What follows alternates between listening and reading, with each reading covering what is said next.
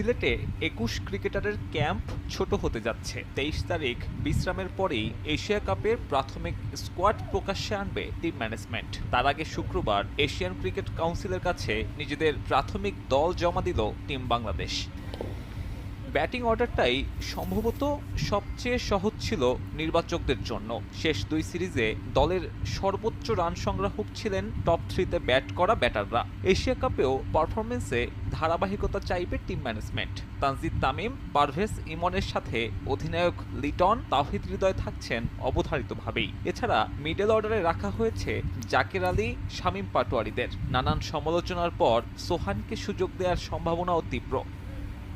শেষ দুই সিরিজে সোহানকে না রাখায় সামাজিক মাধ্যমে তীব্র সমালোচনার শিকার হয় টিম ম্যানেজমেন্ট। টপ এন্ডে প্রত্যাশা পূরণ করতে না পারলেও তাই এই উইকেট কিপার ব্যাটারকে এখন পরিকল্পনায় রাখা হচ্ছে। তাকে জায়গা করে দিতে বা